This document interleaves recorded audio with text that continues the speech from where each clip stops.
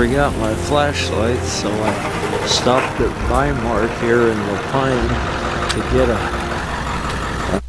Since my original intentions were to go to a cave that had some steel doors in it, was one time used for civil defense during the Cold War, and it was stocked with all sorts of different things for 1,200 people to survive quite a little while, but my plans got changed.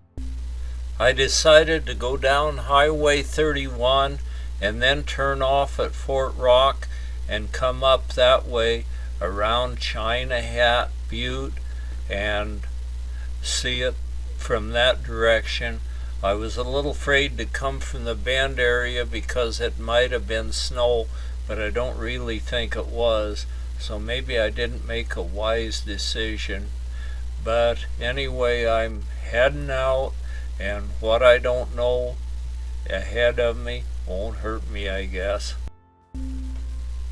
Maybe the real reason for coming this way is what we see ahead of us. It's Fort Rock, and I use every excuse I can to go by Fort Rock. I've always enjoyed that place so much.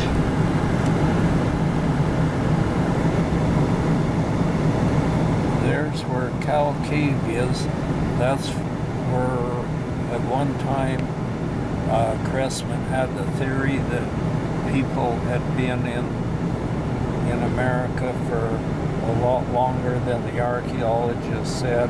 So he did a dig in this Fort Rock cave, Cow Cave, and came up with a whole different figure. He kind of turned things upside down from what was accepted.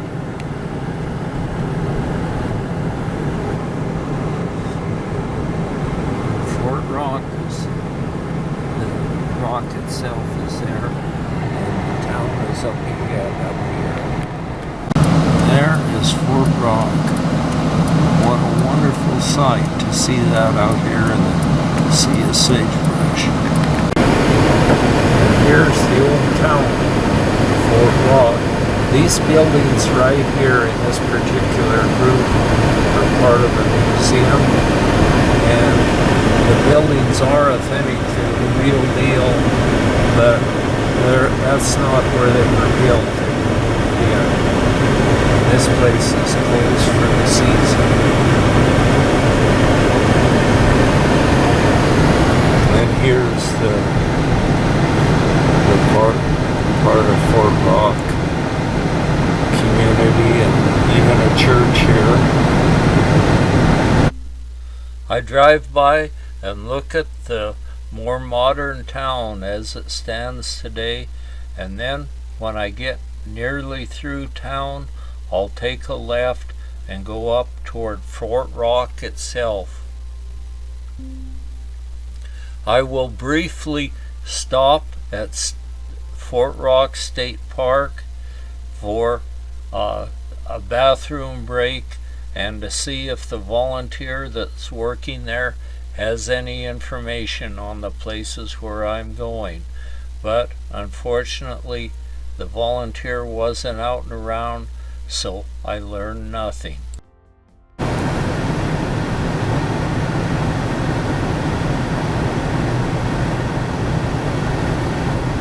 If anyone has that cowboy spirit in them, I would highly recommend them to read the book, The Oregon Desert, co-authored by Rube Long. And I'm sure Rube Long is buried right over there by the Fort Rock, in the Fort Rock Cemetery. If you have that cowboy spirit, you're gonna love some of the tales Rube Long tells. And here's Fort Rock itself.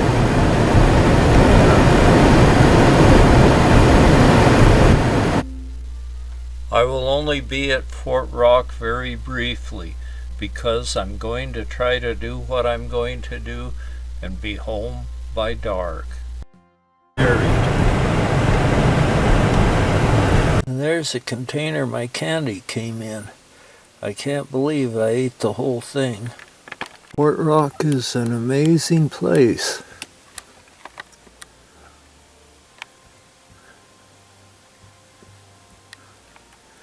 But I'm going up and look for some caves.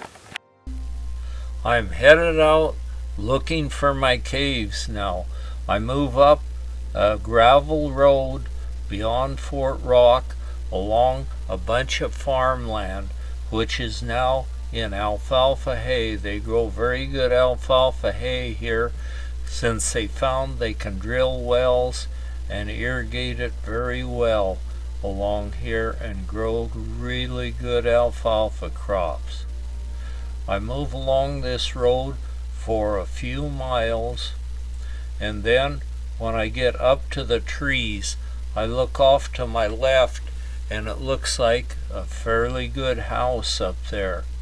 But then when I look at it more, I see that it's an old Forest Service station, and there were some people from the Forest Service there that told me it's no longer in use, so I'll have to, and that I can't go on up the road because it is closed due to fires, and they won't open the road until they get a chance to go up and remove all the hazards and snags from the fire, and they haven't done this yet, so I have to figure out a plan B. And my plan B is to go over to the Lost Forest near Christmas Valley, Oregon, and look it over. It's a very unique spot where at one time there was a big forest there. There's still some left, and these ponderosa trees are growing here in an area where they actually biologically couldn't grow, because ponderosa trees take like 10 inches of rainfall a year, and in the Lost Forest area they only get 2.5 inches per year. Past some old shipping containers which are half buried in the sand. I remember them from about 40 years ago when I went over here, and they're still there. Then I go up to the sand dune area where I chickened out on going up in the dunes in my pickup and headed for the forest. The first tree I come to is but a giant of a ponderosa struggling to grow in this area. And the reason they're able to survive in this area where there's not nearly enough rainfall to support them is there's about a 6-inch layer of volcanic ash on the ground over an area of sort of a clay that's impervious to water. So all the water that comes here is trapped in this pumice sand, and then the trees can use that further water and grow quite well here. I look around the base of the tree and find a bunch of these little puzzle-shaped pieces of bark laying all over, and that's another trick that the ponderosa use to survive.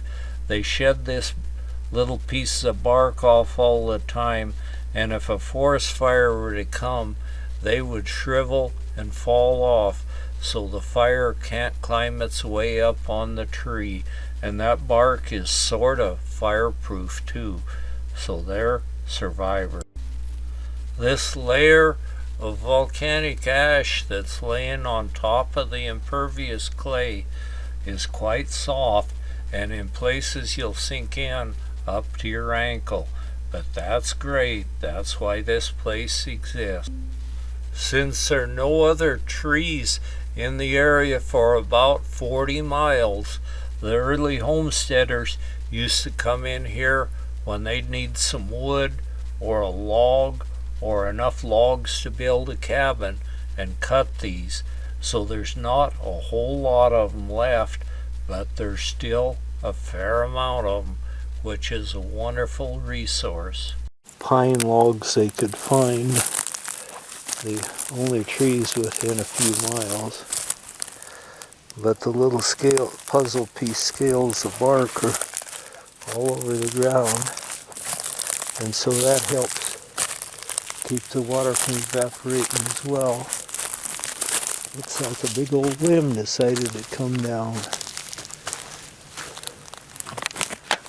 Juniper can grow here, but the ponderosa, they need more water to grow than the juniper. But the two of them are growing side by side in here.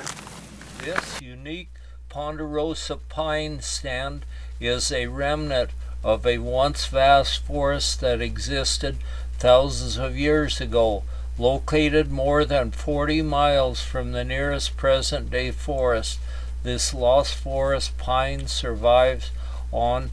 Here's another real unique ponderosa pine growing real big and tall, and just beyond it is some junipers. This is a nice big juniper right here. There stands it looks to be the stump of an old juniper ahead of us here, but they're not allowed to cut them here anymore. The chainsaw of a modern Some of the pines grow kind of tall and straight, not too bad here, considering they're not even supposed to be growing here. Right next to this juniper is another ponderosa, and this one doesn't look to be very old. Juniper right in front of me looks like it's had a rough old time growing, but it's managed to make it. And here's another one alongside it. They were mainly used for fence posts. In the book The Oregon Desert, Rube Long tells about them. They use them for fence posts, and the fence gets mashed over after a period of time, cattle rubbing against it and different things, and so the only thing you can do is pull a post out and reset it. So Rube Long said these old juniper posts will wear out 3 sets of post holes. That means you had to reset them. You could reset them 3 times before they'd rot out. So they're a super fence post.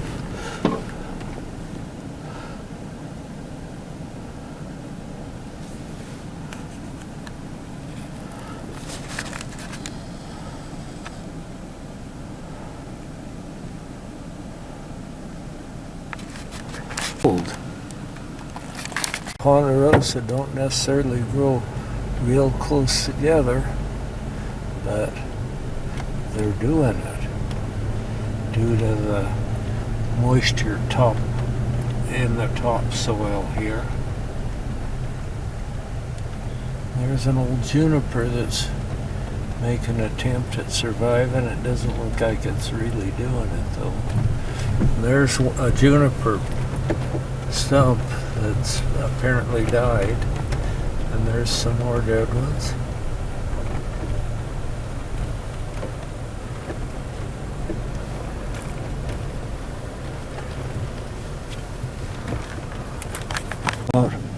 Lost Forest research area. Up in this area there's some darn nice ponderosas.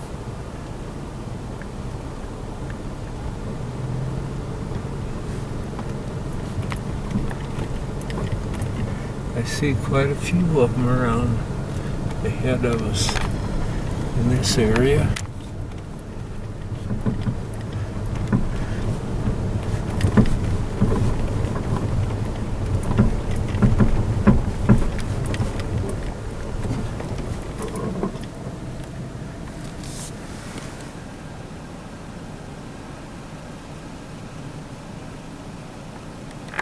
Toward the southwest, I see quite a few more ponderosas standing tall.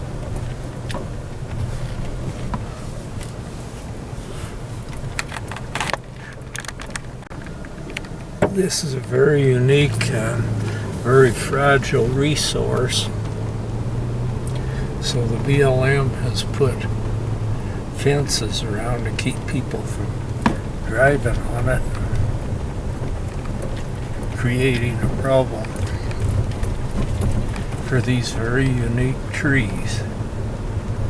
And then just as soon as we are into them, in just a little bit we'll be out of them. And as soon as we're out, we're back into a sea of sagebrush without a tree of any kind inside. By now, I realize the sun's almost down, and I have over 300 miles to drive all by myself to get home. So I'm going to be burning the midnight oil before I get home.